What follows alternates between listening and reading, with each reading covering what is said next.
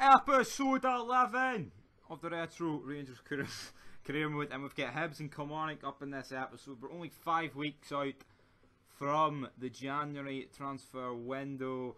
Obviously last time we got beat by Aberdeen. The episode before that we get beat by Celtic as well, so it's been very fucking shite in terms of that. But we're going to bounce back here. 2 hard enough games away for Rugby Park and at home against Hibs, but there's the league table. We're 4 points off Celtic. Dundee United have managed to slot in between the gap and us, but at least it isn't raining, snowing, which you could argue. I mean, the snow effects in FIFA 10 are somehow better than the snow attacks in FIFA 19. Attacks, fucking graphics, what am I smoking? But there you go, unchanged team. This is basically the team we've kept throughout the game, and yeah, and there is the Hibernian team. If you recognise any names, good for you, you bunch of fucking spastics. But anyway, let's get stuck in. Here's our official William McSinclair. They all look generic as fuck, but hopefully we can get the job done and bounce back with a win. Nacho Novo plays in Miller, Boyd, and that is exactly the kind of response you want. Fantastic, man. That's what I'm talking about.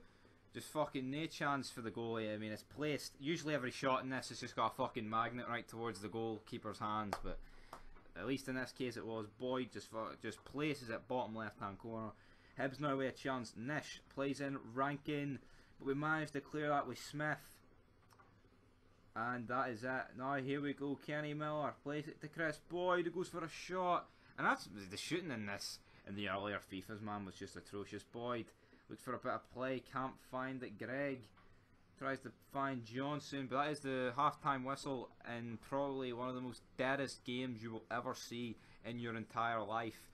Just nothing happened, literally, apart from that goal. I mean, FIFA 10 just has very dull matches, but Rotham charging forward. They can't keep up with him.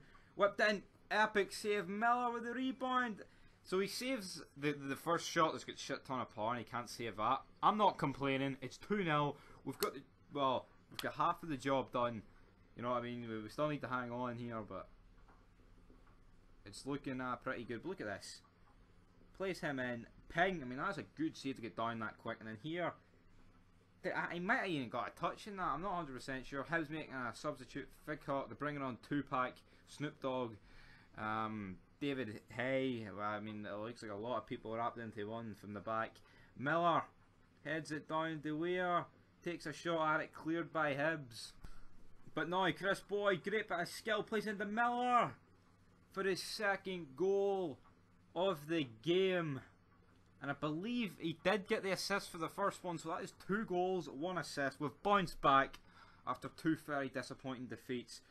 Hibs try again, and now possibly for the most retarded. So I played this into the corner to waste time.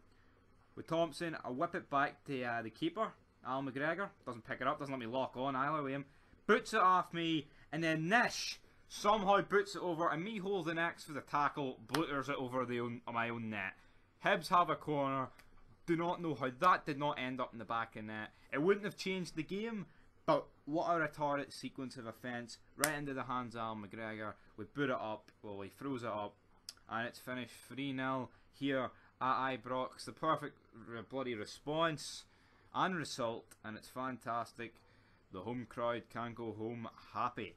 And here we go into the matchday results. St Johnstone, St Mirren drew, Motherwell 1, Aberdeen 1, Celtic defeated Falkirk, and Hearts also beat Hamilton. So the gap at the top is still 4 points. But Dundee United lost, so that should move us up to second. As you see, your confidence levels are going up. We're currently second. They expect us to win the league. Next up, we've got Kilmarnock. And as I said, I think I can't remember what episode I said, but we do have an easy enough run. You know what I mean?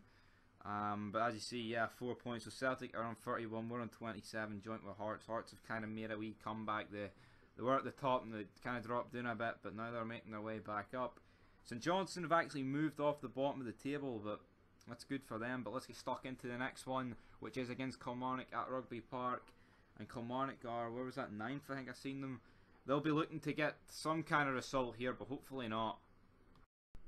Kilmarnock, though, with Invincible. They've actually got a guy called Invincible up front, even though it's like Invincible or whatever you would pronounce it in his pish country. But Russell for Kilmarnock, we've brought it Al McGregor. He came out, he's caught it.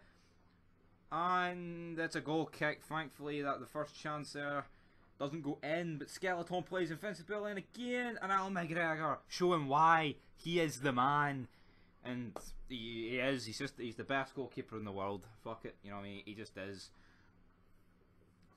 He's just the man. Who is better than Alan McGregor? Leave it down below. But O'Leary tries to win the header. Rothen wins the header. Now the counter attack could be on for us. We're charging. Plays through Boyd. Look at our fitness. We're fucking done in. Because I don't change the team a bit. But Boyd tries to play it. It absolutely botches. But it falls to Smith, who just gives it away like a fucking plank. Thompson over to Nacho. Back to him. It's a good challenge though from right, and nothing comes from it. We've got a corner though. Thompson whips it in. KRIS Boyd, and it's in the back of the net. The future Kilmarnock man, the current Kilmarnock man in real life, has absolutely shafted his his future club in this 10-year out-of-date career move. But KRIS Boyd, I don't give a fuck. He's put it in the back of the net. That is really all that matters, and that is the half-time whistle. I would say undeserved. That was legit my only chance of that half, and we've somehow put it in the back of the net. But we're making some substitutions here, bringing on Papac for Whittaker. Novo's getting took off for Beasley, and I can't what was the other substitution I made there? But yeah, look at that, 71st minute, and fuck all happens. FIFA 10 matches are boring as fuck. But Hamill now, can Kilmarnock make something happen? Invincibility tries to get played in. Taquil, Hamill, Kyle, head it down, nothing comes for it, but it's launched up high. Kilmarnock can't get the equaliser they probably do deserve. We play it, Alan McGregor. Just shows you the luck. I ran across him, great block, plays the Kilmarnock guy straight through, and Alan McGregor is there to step up to the plate. And look at that, fucking literally sets it up perfect. The guy wouldn't even have delivered a better pass. Skeleton though, whips the ball in, tries to find Bryson, finds the feet forward, we've won the ball. Bogarita, what is he, a fucking Pataste? David Davis, Miller finds KRIS Boyd, who makes a charge and run, loses the ball though to Hamill. Hamill puts off, and it's somehow went to KRIS Boyd, plays Kenny Miller, he places it bottom right hand corner, and that is what you call a jammy fucking goal. We should not be winning this game, but we are, and I will take it every day of the week. Kilmarnock have brought their goalie up for fuck's sake for this one. We've won the ball. Beasley plays KRIS Boyd. There's no goalie in the net. KRIS Boyd goes for it, and it's going in. The rain helps it on its way, and from about fucking 65 yards out, KRIS Boyd, 65 yard screamer. That is the title of this vid.